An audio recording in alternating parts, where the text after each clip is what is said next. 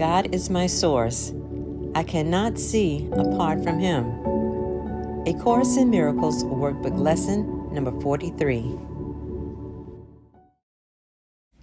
Perception is not an attribute of God. His is the realm of knowledge. Yet, He has created the Holy Spirit as the mediator between perception and knowledge. Without this link with God, perception would have replaced knowledge forever in your mind. With this link with God, perception will become so changed and purified that it will lead to knowledge. That is its function as the Holy Spirit sees it. Therefore, that is its function in truth. In God, you cannot see. Perception has no function in God and does not exist. Yet in salvation, which is the undoing of what never was, perception has a mighty purpose.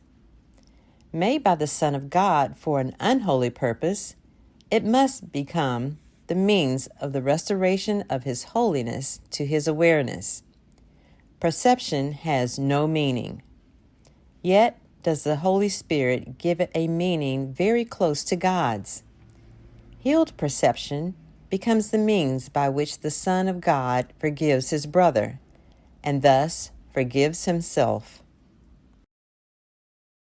You cannot see apart from God because you cannot be apart from God. Whatever you do in Him, because whatever you think with His mind. If vision is real, and it is real to the extent to which it shares the Holy Spirit's purpose, then you cannot see apart from God. 3 5-minute practice periods are required today, one as early and one as late as possible in the day. The third may be undertaken at the most convenient and suitable time that circumstances and readiness permit. At the beginning of these practice periods, repeat the idea for today to yourself with eyes open. Then glance around you for a short time, applying the idea specifically to what you see. 4 or 5 subjects for this phase of the practice period are sufficient. You might say, for example, God is my source. I cannot see this desk apart from Him. God is my source. I cannot see that picture apart from Him. Although this part of the exercise period should be relatively short, be sure that you select the subjects for this phase of practice indiscriminately, without self-directed inclusion or exclusion. For the second and longer phase, close your eyes, repeat today's idea again, and then let whatever relevant thoughts occur to you add to the idea in your own personal way. Thoughts such as, I see through the eyes of forgiveness. I see the world as blessed. The world can show me myself. I see my own thoughts, which are God's.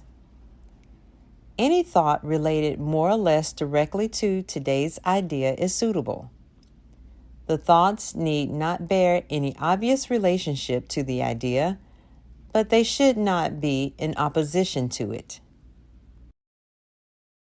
If you find your mind wandering, if you begin to be aware of thoughts which are clearly out of accord with today's idea, or if you seem to be unable to think of anything, open your eyes, repeat the first phase of the exercise period, and then attempt the second phase again. Do not allow any protracted period to occur in which you become preoccupied with irrelevant thoughts. Return to the first phase of the exercises as often as necessary to prevent this. In applying today's idea in the shorter practice periods, The form may vary according to the circumstances and situations in which you find yourself during the day. When you are with someone else, for example, try to remember to tell him silently, "God is my source. I cannot see you apart from Him."